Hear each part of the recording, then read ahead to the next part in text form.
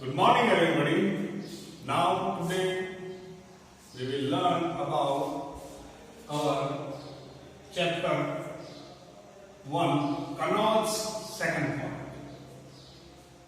Here, in previous lecture, we had learned about King Harshvardhan of Kannauj, and now in second part we will learn about Nalanda University, life of the people, Huanshan. Nalanda University, King Harsh extended all possible assistance to Acharya Shilbhadra and made Nalanda into a world famous university. Shilbhadra, Acharya Shilbhadra.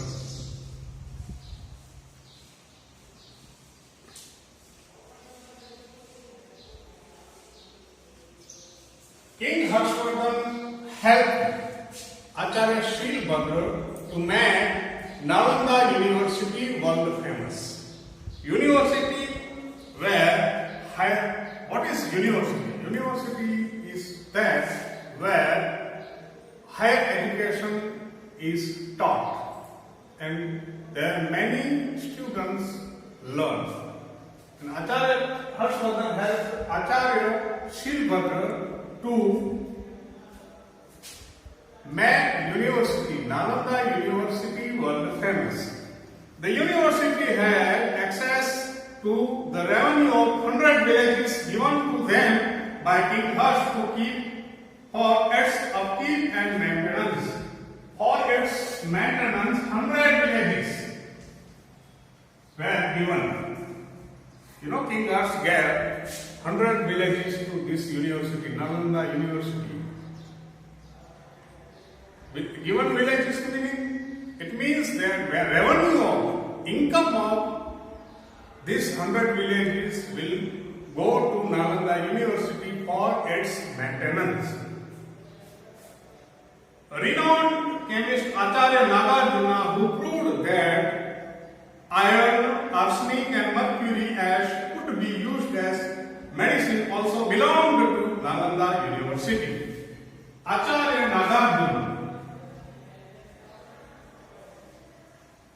was also student of Nalanda University and Acharya of this university.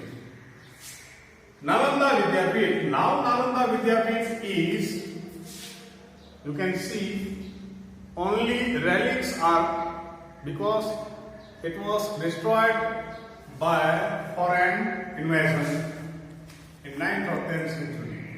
So nowadays it is not working as per that ancient form. Now modern university is there, Nalanda. But this ancient time, it was world famous university of India, like Oxford, Cambridge, etc. Now second thing, life of the people. In Harsh's kingdom, Kannauj, how the people were living, what was their lifestyle, what they were eating, what they were wearing, it is in the life of people talking. Information about the reign of King Harsh is available from the writings of Chinese traveler Huanshan. We can learn various things about King Harshvardhan from Huanshan, who was Chinese traveler. Chinese traveler. Was Chinese traveler. Traveler means who travels from one place to another place. Huanshan traveled 15 years in India. And he wrote many things about Kannauj and King Harshvardhan. Towns and villages of the time were fortified and had huge gateways at their entrance. Their towns were fortified. Fort means one type of high walls made around the city. This fort and fortified. All towns were fortified to prevent from invasion of any other peoples and to prevent peoples from many forest animals, etc. And their gates were very huge. City was fortified. All the cities were fortified. The society was divided into four groups. While the Parda system and intercaste marriages were not prevalent at that time, nowadays women putting Parda or they जिसे कहते हैं लाज घूंघट निकालती हैं. That time also prevalent and intercaste marriages were not prevalent. And Parda system also was not that time. So their women were free to show their mouth or their face. Child marriage. The custom of sati, child marriage and polygamy had started by then. Sati means a woman who burns herself after his husband's death on his pyre. Child marriages in age of 7, 6, 5, 6 months, that called child marriages, and polygamy.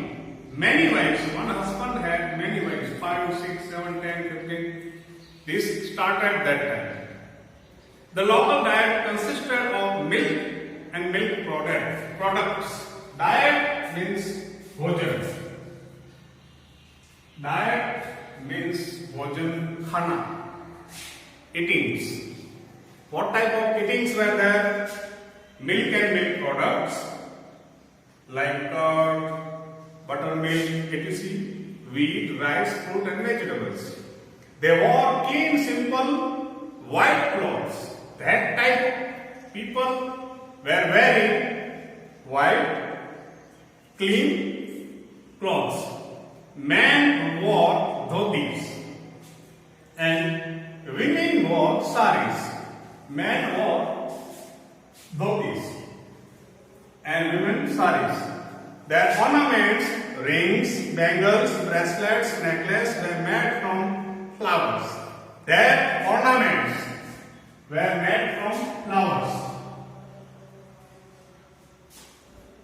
Nowadays, women or men wear ornaments of gold, silver, platinum, etc. That time they wearing ornaments of flowers.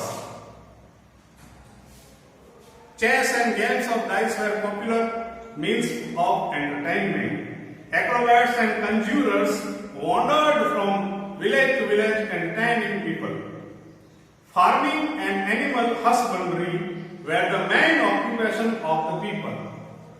Two main occupations were there. One was farming to produce crops and second was animal husbandry, means rearing animals, cattle, etc. for milk, meat, etc. Land revenue was 1/6 of the production. Land revenue was 1/6. Land revenue. It means if person earns 6,000 or 6 rupees, 1 rupees would be given to state as a land revenue.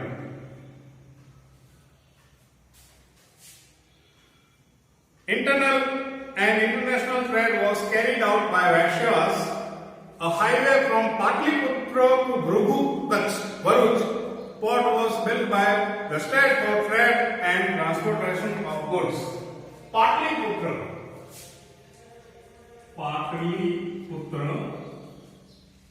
to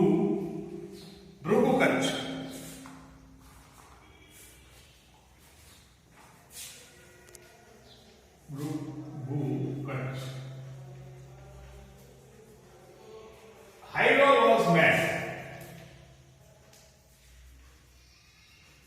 Patliputra to Bharuch. Patliputra is nowadays Patna in Bihar and Bharuch is nowadays in present days Bharuch in Gujarat.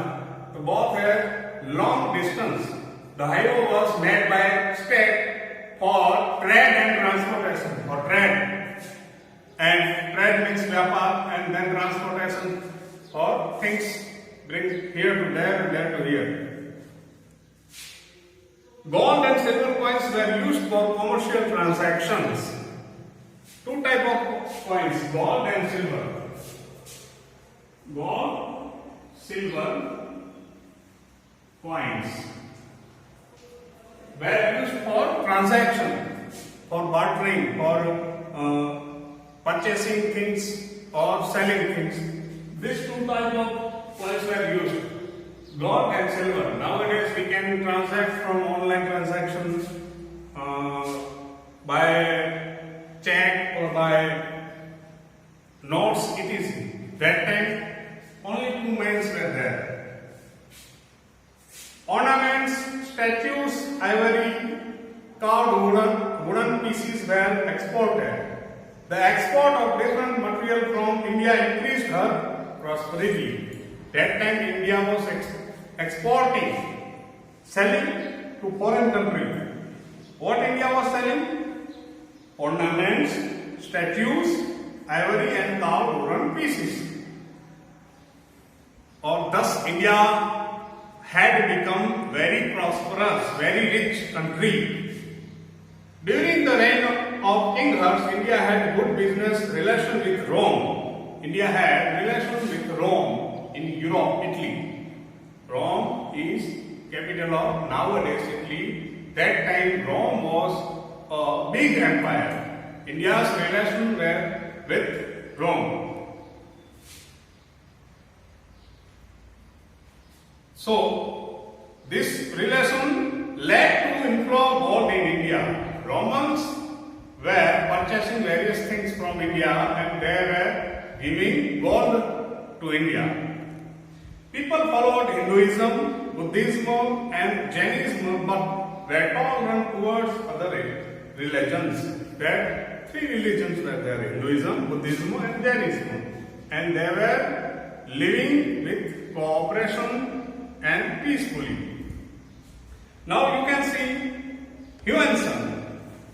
Yuan Shan was traveled. He came from China, nowadays China, to study Buddhism and life of Buddha, Lord Buddha. Here in India he stayed 15 years. The Chinese traveler Yuan Shan visited India during Hers' reign and studies Buddhism at Nalanda. He studies Buddhism at Nalanda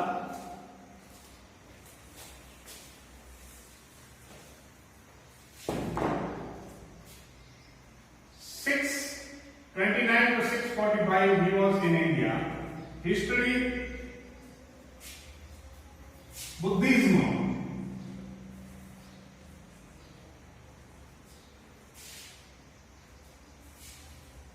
Buddhism at Nalanda. 5 years. 5 years. For 5 years he studied Buddhism at Nalanda University in reign of King Harshvardhan. Yuan Shan stayed in India for 15 years and visited different places. He had described the social, political and religious condition of that time in 645 CE, CE matlab Common Era. He returned to China via Central Asia and took with him many books, relics and statues. During his stay, he attended 6th Buddhist religious congregation at Praya. He attended 6th Buddhist congregation.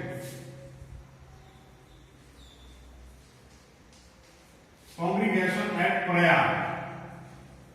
Nowadays, Prayagraj, there was 6th biggest meeting of religion of Buddhism at Prayag. He stayed there and also joined it. Yuan Shan has noted that. Yuan Shan has noted, he has written in his books that Harsh kingdom. In Harsh kingdom there were 100 Buddhist monks. 100 monks were there. Monks means religious places like temple, big type. In only Kannauj, Harsha's kingdom, there were 100 monks. People lived in simple, pious and peaceful life based on living by rules of good, moral conduct and justice. They were living in moral conduct, good behavior and justice. To justice everyone, for nyaya. Cheating and breach of promise were considered sinful. Cheating, to cheat anybody was considered very sinful, very mean crime. And other was breach of promise. Breach of promise means to not follow your promises, to break your promises. Thus, our Kannauj section second is here over, and in next chapter we will learn about second step. Goodbye.